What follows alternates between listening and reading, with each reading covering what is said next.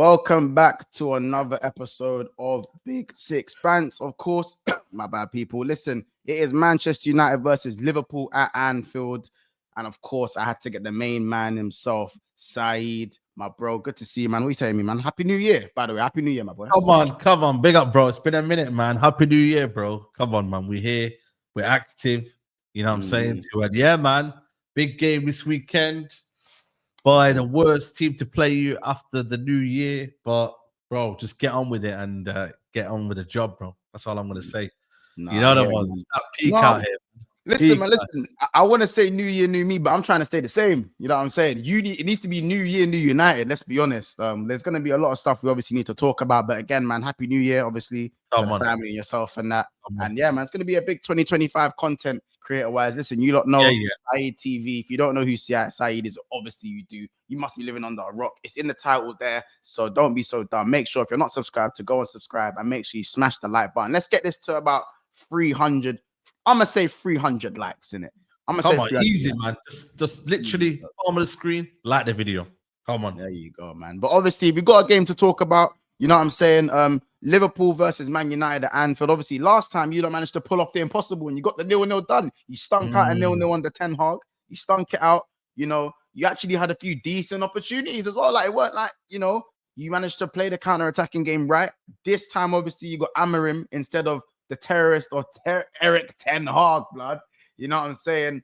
But there's a little bit we need to talk about, man. What's actually going on at United, bro? What's that? Because I know what's been going on. What's been going on? Like, come on, it's the $1 million question, bro. Like, I thought we were gonna get some good times after Ten Hag, but boy, like it's been bad, bro. The losses have been crazy. I think 5 out of 7, no goals in the last 3. Bro, we've won 2 games, Premier League games under Amorim. One being the City game. Sorry? 5 losses, is it 5 losses in 7? Right now, I think so, yeah. It's something mad like that. If we were to lose the next game, we'll be 4 losses in a row. That hasn't been done since like 1900 something. Like, it's crazy. Like, bro, like it's mad. I'll be real with you. It's mad right now. It's real dark right now for United. It's bro. Real dark. Like, it's dark, bro. We're booing our players. Like, it's like I've left early. I never left early before. You know what I mean? From a stadium. I've never done it. I've done that for the first time under this manager.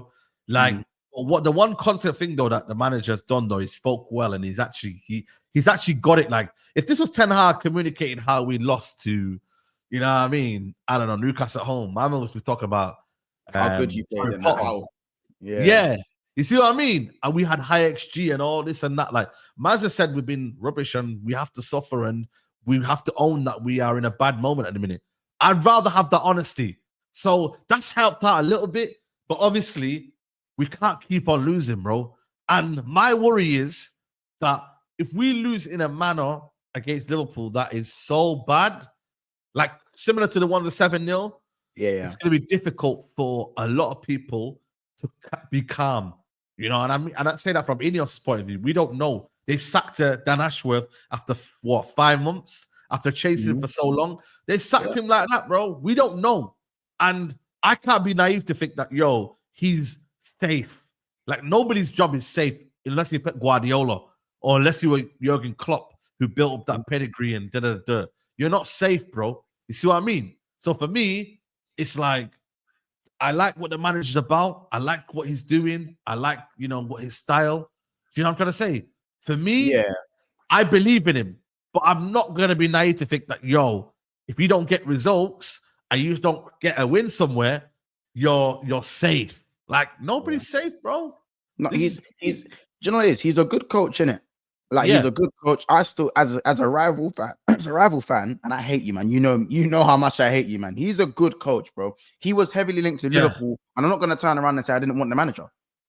I'm not going to sit here and be two-faced and talk out both sides of my mouth. The bottom line is, his job definitely isn't safe. One thing I'll say about the Man United fan base, not necessarily yourself, but I don't really like how the manager, for some fans or for a large part of the fan base, is being completely alleviated from blame. I still think there's selections that should have been, and selections, substitutions, and certain things that I think he should at least be at least hold some sort of criticism for, in my opinion. And you're right, the manager's job isn't safe because he's only been given a 2-year contract or 18.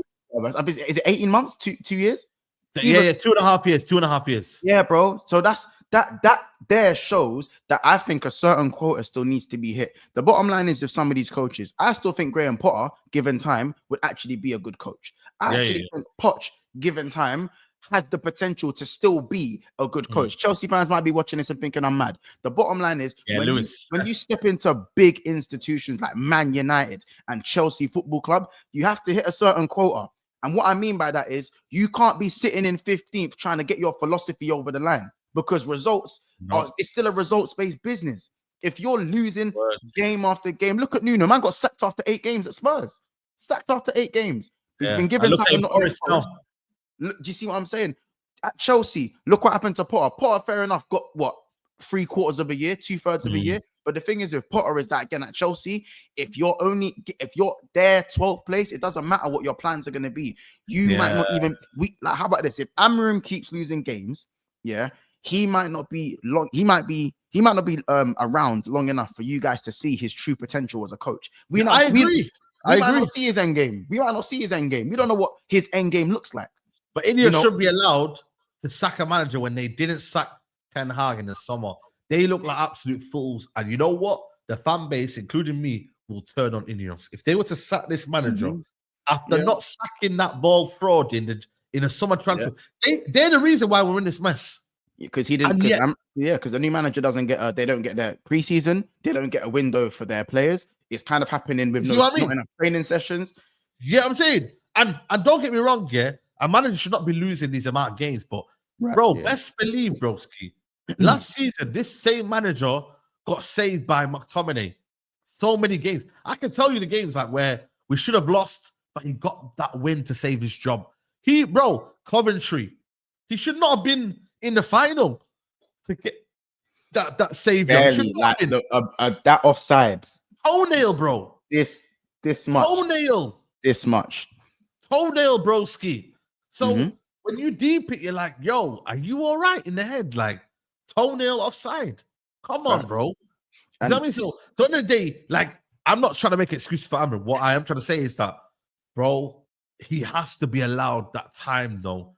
Really and truly. If they're Ineos, they should be giving man time and not panicking, because them not effed up the season, really and truly. They did.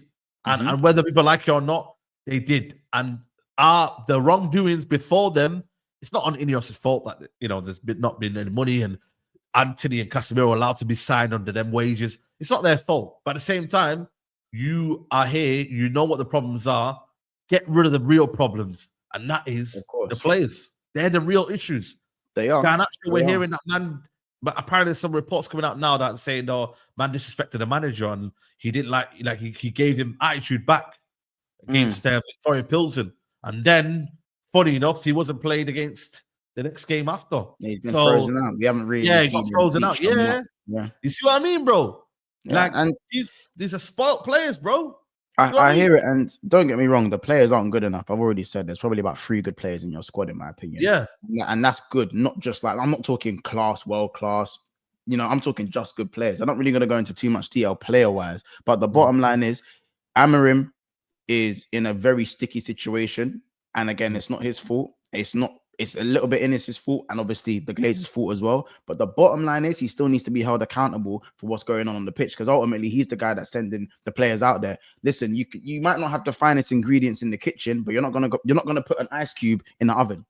You're not gonna put an ice cube in the oven. So for me, I understand he's gone from a 3-back to a 4-back to a 5-back in that transition. But for me, the players can still get results. Manchester United are crap. But the amount of how bad Amarim has them looking is bad, simply because more players look uncomfortable than they do look comfortable in this formation. Mazraoui was fine in the right centre-back formation. He's moved into right wing-back.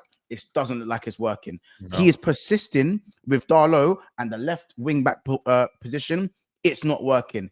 Ahmad, fair enough, it's Ahmad. Ahmad, I think, will be fine wherever he plays. Right wing-back, wherever he plays. Right 10, I think he'll be all right. But everything else, even the pivot of Casemiro and Ugarte, which Rude was playing when he done the 4-2-3-1 and Rude was playing, that was the pivot that was working and stopped you, man, from conceding goals. And I'm pretty sure you went undefeated. You didn't lose. You have 4 you games. Didn't lose in 4 games undefeated. Yeah, undefeated. So, and the first thing you need to do when you come in as a manager, even if it's minuscule and you want to champion, get the basics right.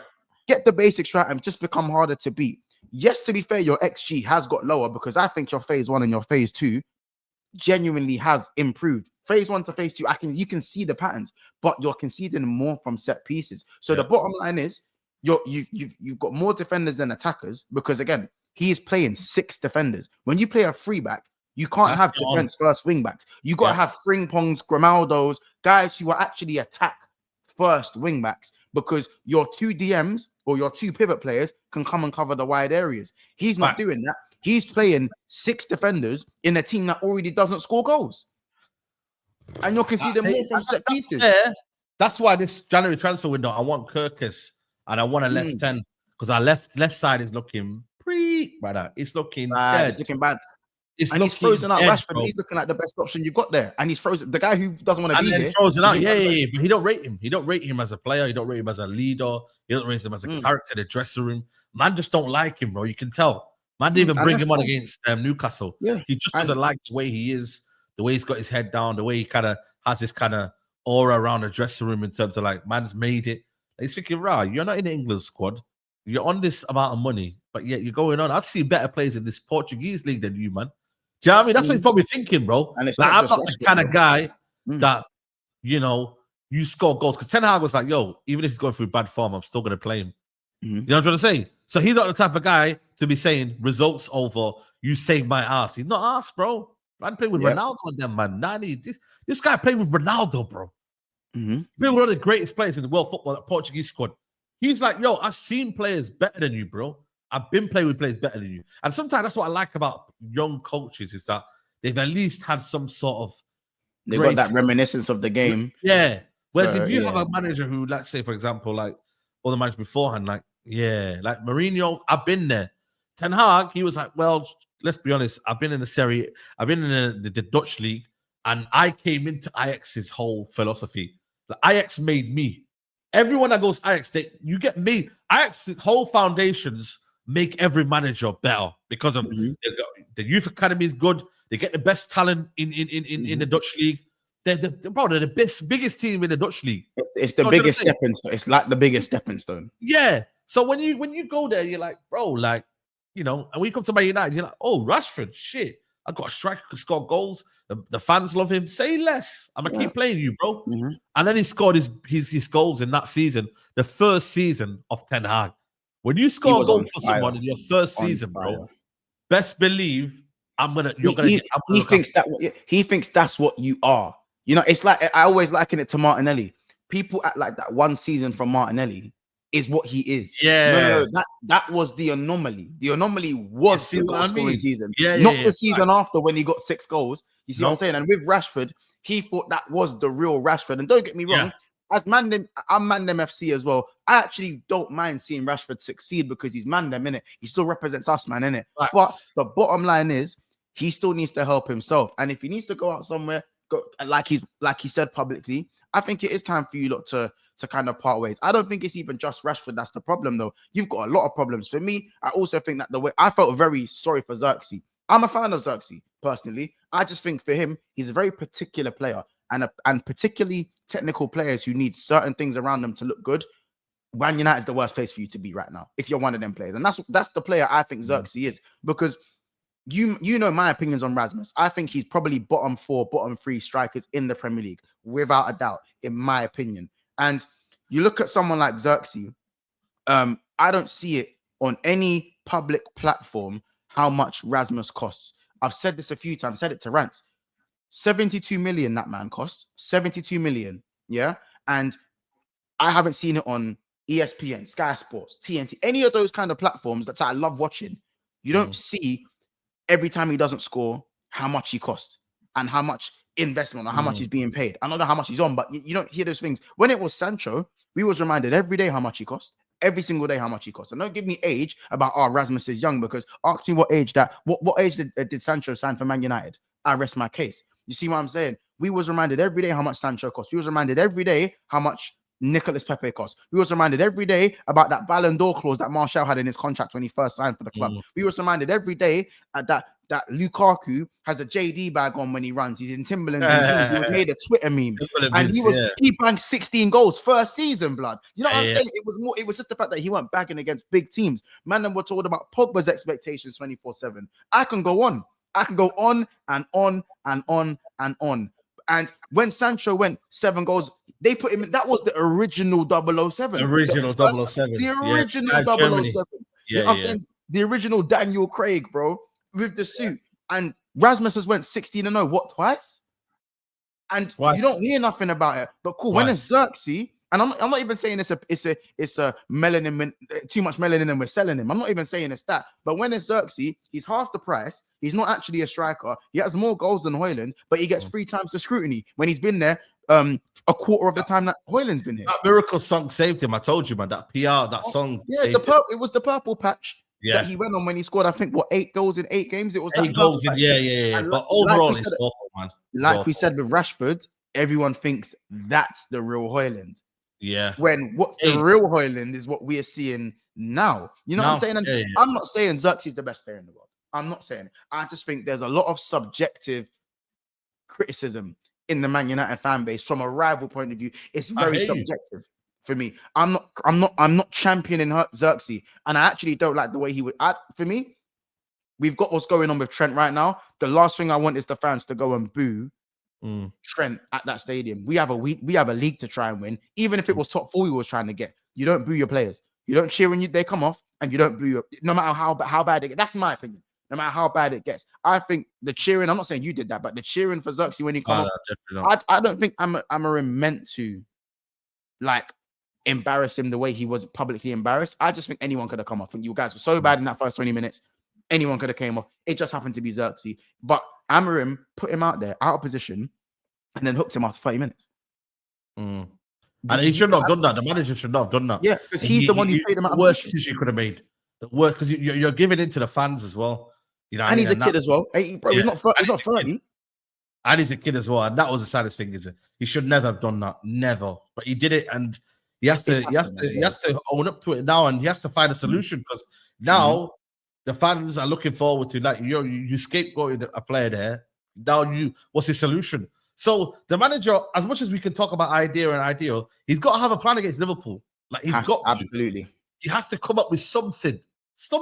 You get beat, but come out with something that the fans can say, you know what? Cool, we got beat, but there was something we came out of it. Because the bottom line is, Said, winning games, even if you scum a win, winning games is what breeds some form of confidence or some form of, you know what I'm saying, routine. Our bodies work. That's how humans work, bro. So for me, if you're sending these boys out to lose every week, each week the confidence goes like this, and it kind of just feels like even when you do the right things, it's not really gonna come off, and it's not really gonna reflect in the result, even if you do the right things amongst all the pressure and the money that's coming around. Of course. In general. So again, I'm a rival fan, and this is just what I see from the outside, and it is what it is. I think you need to get in winning. And the lucky thing for you, the one thing I said, the lucky thing about United that you lot are so lucky is that you got teams like Tottenham who score plenty more goals than you, are only 2 points ahead of you. Newcastle, 4 games ago, Newcastle were on the same points as Spurs. You wouldn't believe that, would you? That's what I'm saying. Now they're 3 points off of Chelsea because they won 4 games in a row. It's funny how the Premier League works, innit? No team from sixth to 14th have more than 2 wins in the last 5 games. This is what I'm saying. You see what I mean? It's crazy. That's how, I know it's not doom and gloom, but at the same time, we've not won back-to-back games all season. Yeah, exactly. And that's our problem. You have to win something. That's what I'm looking at, the Southampton game and Brighton game at home, and I think we got Rangers. Win 3 games in a row to just give us a momentum boost. If you win them 3 in a row, it then will give you confidence. Say, you know what? Fulham away, difficult, but you know what? Maybe. This people here, cool, maybe. You know what I'm saying? Yeah. Crystal Palace, Everton away, you've got a little bit of momentum, but that right there, Southampton and Newcastle, Brighton, You've got to win them games back to back. You drop points in any of them games, It's don't looking care. dark. Then it's looking dark. That's what I can say. Boy, Like, how long are you gonna be? Like, you're almost giving the man them no choice but to go. Are you ready for this? Like, yeah, you see what I'm saying? So it's like that one there. You're giving ownership to the owner, saying, "Yo, brother, you can't even beat Southampton, bro. You're talking about let's ride the storm." And you can't go back to Portugal because have you not seen what's happened to Sporting? They lost 4-3. I know. You can't go back to Sporting. Today I know Gokaris scored as well, by the way. Yeah, scored a hat trick. He scored a hat trick. I'm pretty sure he got a hat trick. They can't go back to Portugal. If Benfica, what's the other one? Benfica or Porto win their games, they go above. You see what I'm saying? Yeah. I think genuinely he should have come in the summer, which is an Ineos thing, and they should have sacked Ten Hag, or he should have come at the end of the season when he gets his players. Listen, he probably didn't know how dire really was at Man United, but he will stay that year, but he never knew it was going to be this bad. He never knew. I don't think he knew. That's what I'm saying. I don't know. Like, again, because outside, bro, Man United, Zlatan said it. Sanchez has said it. Bearman have said it. From the outside, what does Roy Keane say? It's Manchester United. It's Manchester United. But when you're in there, Ronaldo said it. They've all the iconic names have said it. They're like, raw. Yeah. When you get to Man United, it's not looking great. Obviously, Ineos are here to turn that around, but bro, it's dire. Listen, you've got your problems. Obviously, I've got mine. The Trent situation is looking crazy to me right now. It's looking real crazy to me right now. Even though Mo Salah come out with his quotes today, I'm not gonna lie. By the way, he's just putting pressure on FSG. He said that 3 times now. He goes so far. Yeah, he's doing. You know what I'm saying? And he's right though. He's right technically. He is leaving, right, unless there's the contract being given. So at the end of the day, he's technically right. And then now that puts more pressure on FSG. It's a bit massive pressure. If they let even. Bro, if it's already FSG's, like, it's already their fault that Trent is in the situation for one. That's already a massive annoyance about FSG for me. I'm a little bit more lenient on the Mo Salah and Virgil contracts because they're 32 and 33. So obviously we know when it comes to older players, they can drop off at any time. Yeah, even if they're world class, they can just drop off the face of the planet at any time. So I do understand where it was kind of a cool. Let's see where they're at. Especially with Mo having he didn't end the season very well. I personally had faith in Mo, but again, didn't end the season very well. I can understand when the board would sit there and go, let's see how the first 2-3 months go, and then we'll kind of go from there. So I'm not happy about all 3 contracts, but I'm more understanding about the other 2. With Trent, where my annoyance is with Trent is that we have a league to win. No one saw Liverpool doing what Liverpool are doing right now. I still said we'll be comfortably 3rd. I'll be sitting here lying out the side of my mouth if I said Liverpool are going to be top of the league 6 points clear with a game in hand. I'll be lying to myself. And I give credit to Slot. You know why? Because for me, I think if Liverpool are challenging for top 4 and kind of struggling in that kind of clump, I think Salah, Van Dijk, Trent are all 100% not signing on because Klopp was their guy. Yeah, they don't owe nothing to Slot. I know what you mean. Yeah, bro. Klopp still texts them. Salah said it. Klopp still they text. Like they still, you know what I'm saying? They're all in touch with the players. Klopp said, Salah said, me and Klopp text more than we have done over the last 7 years, over the last 3 months. Wow. Someone said that today. You see what I'm saying? Klopp is their guy. You saw Trent was emotional. Van Dijk, them man were emotional when. So if Slot made their career shape the way it was, the way it was. This is what I'm saying. If Slot come in and stunk the gaff outside, I guarantee you none of these men are signing on. Personally, bro, I'm looking at. If I'm Van Dijk and I don't have any, I love Liverpool, but if I'm Van Dijk and I'm Salah, I already know ability wise, I can chat to any centre back in the history of the Prem. Yeah. But legacy wise, you can't chat to Terry, you can't chat to Ferdinand, you can't chat to Vidic, you can't chat to these men. You know what I'm saying? You can't chat to the Stams, the Vidic, the Ferdinand, the Terrys, the Carvalho. You can't chat to these men trophy wise. So guys like Virgil could go leave. To go, Virgil and Salah could both go Real Madrid, win it all, and go, see, now I can chat to these man. Now I can chat to these man. Maybe one of them win a Ballon d'Or. You get it? They've got no more big contracts left in them. They'll go there on a free 2-year contract +1, depending on their performance, and they'll go win their trophies to bolster because they've done everything they fall out for. Done everything else, especially if they won the Prem this year. especially Makes if you sense. want to win this year. So that's my thing in it. So I feel like credit to Slot because I feel like Liverpool doing so well has probably kept Mo Salah and Van Dijk going. They've gone, hold on a minute. There might be a little bit of something here at Liverpool for us. Yeah, for us, yeah. As I said, I won't spend too long on Trent, but Trent, for me, to come out and say it means more to the fans and then leave on a free the next year, I can't forgive that. I'm an emotional fan. There are some fans that go, leave. Yeah, I hear that. Life, do what you want to do. Me, don't tell me you care. Show me you care. Don't leave for nothing. You can't leave my club for nothing after telling me it means more. You can't do that. You can't do that, Saeed. I've got a lot of Arsenal fans telling me I'm wrong about that. I've got a lot of fans telling me I'm wrong about having saying I'd be fuming with Trent. I think Trent will go and the rest of the two will stay. That's what I think. I agree. It's not looking like Trent's going to stay. And obviously, I think the other two will stay. There's a big evaluation difference between what Trent wants and what FSG are willing to pay him. And that's a big red flag at the moment. Yeah. At the moment. But the bottom line is, I don't know what you think about that. Just briefly, like, do you think it's wrong of me to almost want to disown, not completely disown, but for me, like, no, I get you because at the end of the day, like words mean something, isn't it? Like, you know what I mean? You don't have that energy, and then a year down the line, not be willing to kind of sign a deal. But then again, it's facts over feelings, isn't it? If Trent feels like he's worth X over amount, and he feels like he's a Liverpool lad, then why should he feel like why should he feel like the fans like he owes anything to any fan? He doesn't at the end of the day. Like, he has to feel like he's valued, in it. So I get it. Like, he said what he said, but at the same time, let's think about his whole career. Like, FSG are taking a piss, bro. Like, 3 valuable players. They're on the group chat. They're all in the group chat. They're chatting about wages. 100% they're chatting about wages. Yeah, so they're like, yo, don't buckle down, man. We all have to stick together. You know what I'm trying to say? Word. Yeah, like they've all probably said to themselves, we'll put 100% in our performances at the same time, and that we'll show them what we're worth. But the bottom line is, you got to give these men their money, because what you're not going to get for Trent, or the money you probably think you're going to get maybe in January, if this actually happens, it's going to be nothing compared to what you can get by winning big trophies and maybe even attracting better players. So I think it's just as simple as that. The board are definitely the 70% of the board to blame, but for me, like, Trent is born and bred Scouts. He epitomizes what it means to be a Liverpool player, Liverpool fan, Steven Gerrard idol, all these things. So for me, I still like, you didn't have to say all those things and then I don't want to say stab in the back. I feel like that's extreme. But you know what I mean in it. So we're emotional football fans and we have attachments to players. Me, I'm annoyed about it because I care. Because Trent is my boy, bro. You get it? Trent's my guy, bro. You know what I'm saying?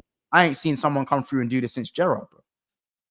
And when Gerrard actually come through on his debut, bro, I wasn't even old enough. Like, you get it? I started watching ball in 03, 04, bro. Gerrard was already coming through before then, so I actually didn't get to see the real. I had to go back and do research. I've seen Trent come through debut. You know what I'm saying? Like how you have with Rashford. You know. But yeah, no. Let's last few bits before we do obviously and finish up on that. The game, innit? Have you already written it off? Yeah, for me, I've written it off. I think for me, 3-0, bro. I can't lie to you. I don't see anything United are gonna do in this game. I don't see us penetrating you in any way. Yeah. And I just think for me, bro, I can see a controlled but dominant performance from Liverpool. Like, genuinely, bro. Like, I can see an outstanding performance from Liverpool, bro. So yeah, man. For once, like, I think every United fan has gone into the game thinking we're lost the game. If they surprise us, they surprise us. But right now, you guys managed to get a result from Man City. Obviously, last season, everyone says last season was different. You were definitely, I think you were 11th last season. This time, you were suffering this time last season. We got a draw. I don't know how we got it. You got a draw at Anfield. And remember, Liverpool. People forget that Liverpool were flying this time. Yeah, I know. Season as well. That's what I'm saying. We were on 42. To be exact, we was on 42 points. This obviously now we're on 45, but we were on 42, and we had a game extra played. So we're still doing much better this year, like by about 3 to 6 points. But we were still, bottom line is, we were flying, you were in the mud, you got a 0-0 draw. Me, I still think this is going to be a 3-1, 4-1 type of game. I think Robo-Tax, no Kwanzaa. Konate back in training, but Robo-Tax, Ahmad versus Robbo. Robbo versus Kulusevski, Robbo versus Saka, Robbo versus Madueke. He's had trouble for a lot of these man, bro. It's not been easy. So me, I'm an optimist. I think we're gonna get the job done confidently. Mo Salah's in the form of his life, 30G. I do believe he'll go on to do 20 and 20 this year and do something major. But end of the day, bro, I'm gonna say 4-1, man. I'm gonna say 4-1. And yeah, man. But listen, we're gonna leave it there. Hopefully, we'll be able to do this another time as well. I need to do more of these. Let me know in the comments. Comment W if you don't want to see more of this. You know what I'm saying? You want to see more of this, but different guests. Man. Come on, W. Come on. You know what I'm saying? Different guests and whatnot, man. Make sure you guys subscribe, man, as well. Subscribe to Saeed TV. You don't know where the link is. It will be in the description. It's in the title.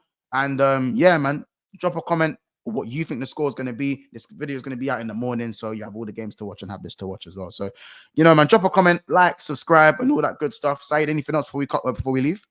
Make sure you subscribe to Monts, man. Road to 20K, man. You know what I'm saying? So big up, all right, bless up, people. Listen, Monts and Saeed TV. Listen, we are out. Love.